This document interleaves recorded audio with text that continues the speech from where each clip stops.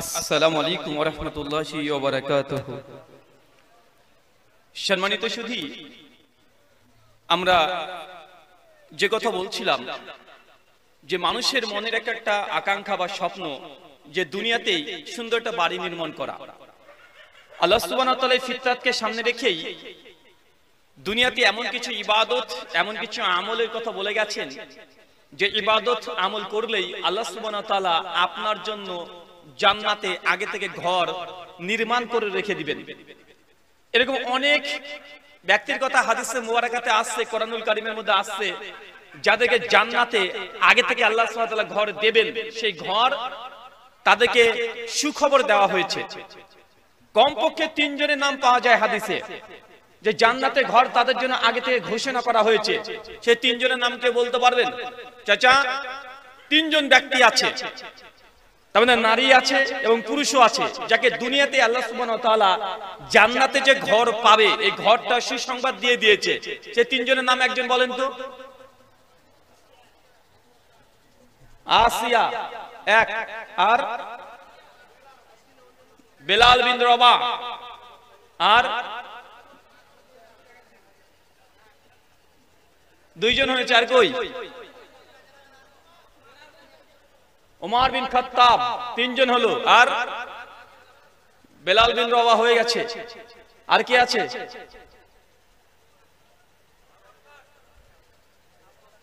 আবু বকর 4 জন, আর আবু তালহা 5 জন, আছে তো 3 জন, হয়ে গেল 5 জন। আর কেউ দেবেন নাকি জান্নাতে ঘর? হ্যাঁ, আসিয়ার নাম তো প্রথমেই চলে এসেছে আলাইহিস সালাতু ওয়াস সালাম।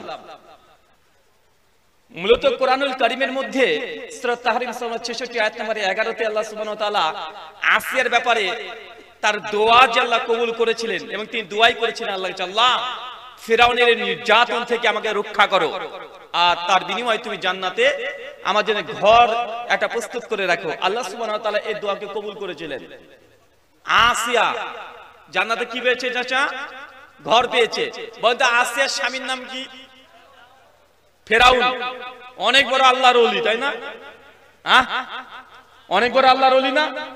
তা আল্লাহর ওলি না হলে তার স্ত্রী কিভাবে জান্নাতে ঘর পায়? আল্লাহর ওলি ছাড়া কি জান্নাতে ঘর পায়? ফেরাউন হচ্ছে এত বড় খাটাস, এত বড় বদমানুষ যে তার সমকক্ষ বদমানুষ এই দুনিয়াতে এখন আপনি খুঁজলে পাবেন না। আপনি ভাবছেন যোগী আদিত্যনাথ সবচেয়ে বড়, আপনি মনে রাখবেন যোগী আদিত্যনাথ ফেরাউনের কাছে তার একদম ছোট শিশু বাচ্চার চাইতে একদম ছোট। মানে এই ফেরাউন এত বড় বদমাশ ছিল, কিন্তু তার স্ত্রী কি পাবে? জান্নাতে ঘর। কিন্তু আমাদের সমাজে আবার একটা মানুষ মনে করে, আরে সর্বনাশ, সমাজে প্রচলিত আছে পীরের বাচ্চা পীর, ওর হাতে মুড়ি ধরে জান্নাত গ্যারান্টি, আছে না নাই? আওলাদে রাসূল একটা প্রচলিত আছে না? মানে যদি একবার শুনে কোন হুজুর হচ্ছে আওলাদে রাসূল, মানুষ একদম অন্ধের মতো ছুটে চলে যায়। আওলাদে রাসূল মানে নবীর সন্তান, তার বংশধর, অথবা এর কাছে বায়াত যদি একবার হয়ে যায় তাহলে জান্নাত কনফার্ম। ভাই এরকম আকীদা পাওয়া যায় কি যায় না? চলেন আপনাকে আওলাদে রাসূল দেখাই। পৃথিবীতে একজন নবী এসেছিলেন, সে নবীর নাম নবী নূহ আলাইহিস সালাম। চাচা নাম মনে পড়ে? নূহ আলাইহিস সালামের নাম মনে পড়ে? তার সন্তানের নাম কি বাছা? কেনান। চাচা কেনান জান্নাত না জাহান্নাম? কেনান জান্নাতে না জাহান্নামে? কোথায়? জাহান্নামে যাবে। সূরা হুদ আয়াত 25 থেকে 28 নম্বর আয়াতে বিস্তীর্ণ ঘটনা পড়ে আছে। তার মানে বোঝা গেল নবীর সন্তান কেনান, নূহ নবীর সন্তান কেনান জাহান্নামে যাবে, এটা নিশ্চিত জেনে গেলেন কোরআন মাজিদের কথা, কোনো দ্বিমত, কোনো মতভেদ নেই। তার মানে বোঝা যাচ্ছে নবীর সন্তান হয়েও জান্নাত তো দূরের কথা, জাহান্নামে যেতে হচ্ছে। আরেকজন নবী ছিলেন, ঘটনা উল্টে যাবে। আরেকজন নবী ছিলেন যার বাপ যাবে জাহান্নামে, সে নবীর নাম কি? নবী ইব্রাহিম আলাইহিস সালাম, যাকে বলা হয় আবুল আম্বিয়া, সমস্ত নবীদের পিতা। মাত্র 6 থেকে 7 জন নবী বাদ দিয়ে যত নবী এসেছে নবী ইব্রাহিমের বংশধর থেকে এসেছে, অন্য জায়গা থেকে আসে নাই। কোরআন মাজিদে যত নবীর নাম পাবেন তার সিংহভাগ নবী নবী ইব্রাহিমের সন্তান। 2-4টা নবীর নাম বলেন তো, নাম বলেন। আরে ভাই কি রে? ঈসা আলাইহিস সালাম কোন বংশের? ইব্রাহিম আলাইহিস সালামের বংশের সন্তানদের মধ্যেকার আর নাম বলেন,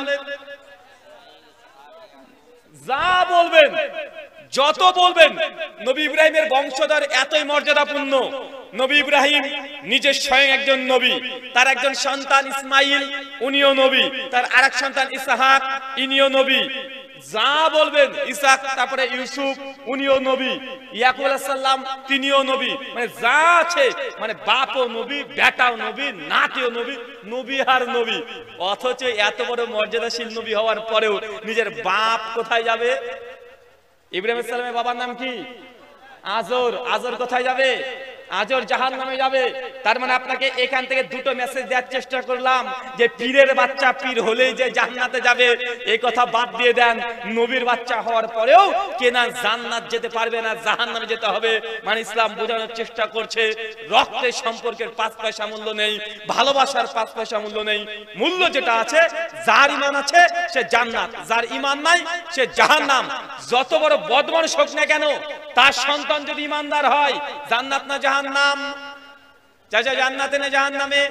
আচ্ছা, আমাদের নবী আলাইহিস সালাম আমরা অনেকে জানি, তার একজন চাচা ছিল, নাম কি? আবু তালেব। জান্নাত না জাহান্নাম? চিন্তা করেছেন? আমাদের নবীর চাচা উনিও জাহান্নামে যাবে, আবু তালেব। জাহান্নামের সবচেয়ে কম আযাবটা তাকে দেওয়া হবে, পায়ের নিচে রাখা হবে তার জাহান্নামের আগুন, আর মাথা চাঁদি মতো টকবক করে ফুটতে শুরু করবে। এটা হচ্ছে নবীর আপন চাচার হচ্ছে জাহান্নামে যাবার কারণ। অথচ আবু তালেব নবীকে ভালোবাসতেন না এমনটা নয়। আবু তালেব আল্লাহ নবীকে যতটা ভালোবাসতেন, ইসলামের জন্য যতটা তিনি কষ্ট সহ্য করেছেন, এটা যদি হিসাব করতে যাই, আমি আপনি সামান্য কিছু করেছি, আবু তালেবের মতো এত ত্যাগ এত তিতিক্ষা আমরা করিনি। করেছি? কথা বলেন। যখন আবু তালেব আল্লাহ রাসূল যখন প্রথম দাওয়াত দেয় তাওহীদের, মক্কার কাফেররা আল্লাহ নবীকে বারবার মারার জন্য চলে আসে, আবু তালেবকে বারবার বুঝাতে চলে আসে যে তোমার নাতিকে তুমি তাড়াতাড়ি বুঝিয়ে দাও মুহাম্মদকে এই এক আল্লাহর দাওয়াত যেন না দেয়। আবু তালেব পাহাড়ের মতো দাঁড়িয়ে থাকে সব সময়তে, আমি যতদিন জীবিত আছি আমার ভাতিজার উপরে তুমি কোনো আক্রমণ করতে পারবে না। চিন্তা করে দেখেন, আবু তালেব এত নবীকে ভালোবাসতেন, নবীও তার চাচাকে ভালোবাসতেন, কিন্তু ভালোবাসা দিয়ে আবু তালেব কি জান্নাত যাবে? কিন্তু সমাজে আছে না ভাইজান, নামাজ পড়ে না, 350 জর্দা দিয়ে পান খায়, টাকনার নিচে কাপড় আছে, আর 12 রবিউল আউয়াল আসলে চিৎকার মেরে বলে আশিকে রাসূল, আর নবী দিবস পালন করছে, আছে না নাই? ওরা বলছে নবীকে ভালোবাসলে জান্নাত চলে যাওয়া যায়। তাই যদি হতো আবু তালেবের মতো নবীকে ভালো দুনিয়ার কোন মানুষ আর বেঁচেছে কি সেই সময় এটা প্রমাণ পাওয়া যায় না, তো আবু তালেব কি জান্নাতে পাঠিয়ে দিবেন? না, মূল্য একটাই, নবীকে ভালো তো বাসতেই হবে। আল্লাহ রাসূলকে ভালো না বেসে কেউ জান্নাত যেতে পারবে না, কিন্তু ভালোবাসা হতে হবে ঈমানের সঙ্গে। ঈমান নেই তারপর তুমি যদি ভালোবাসো, কোনো কাজ নেই।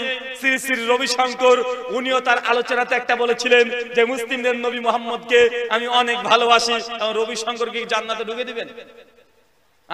উইলিয়াম মুর ইসলামের কঠোর সমালোচক, তারপরে নবীর শানে সুন্দর সুন্দর কথা লিখে গেছেন। রবীন্দ্রনাথ ঠাকুর আমাদের নবীর সম্বন্ধে ভালো ভালো কথা লিখে গেছেন।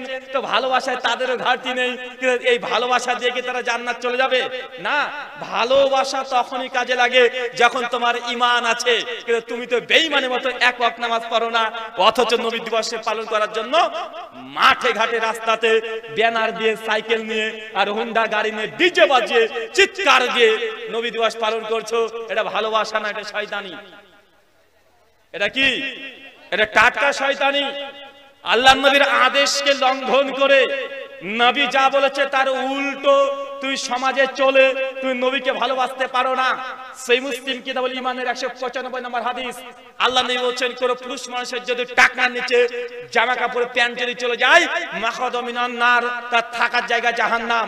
মানে আপনি পুরুষ মানুষ টাকনার নিচে কাপড় গেলেই আল্লাহ নবীর জবান যে ওই ব্যক্তির থাকার জায়গা জাহান্নাম। তুমি যে যাচ্ছ রাস্তা ঝাড় দিতে দিতে, তুমি আবার আশিকে রাসূল বা আছে না নাই? কথা বলেন। এমন আশিকে রাসূল আছে না নাই? এমন আশিকে রাসূল আছে, নবী যা বলে তার উল্টো চলে যায়। সুনান ইবনে মাজাহ হাদিস নাম্বার 3388 আল্লাহ নবী বলছেন কুল্লু মুস্কির খামরুন কুল্লু খামরুন হারামুন, যে সব জিনিস খেলে নেশা হয় তা সবগুলো হারাম।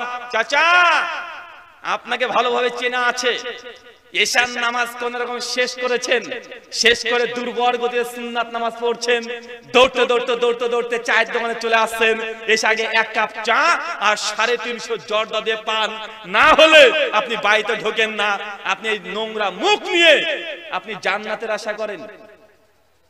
আল্লাহ নবী বলছেন যে তোমরা মসজিদে যাবে না পেঁয়াজ খেয়ে। কেন? পেঁয়াজের দুর্গন্ধ তৈরি হয়, আর এই গন্ধের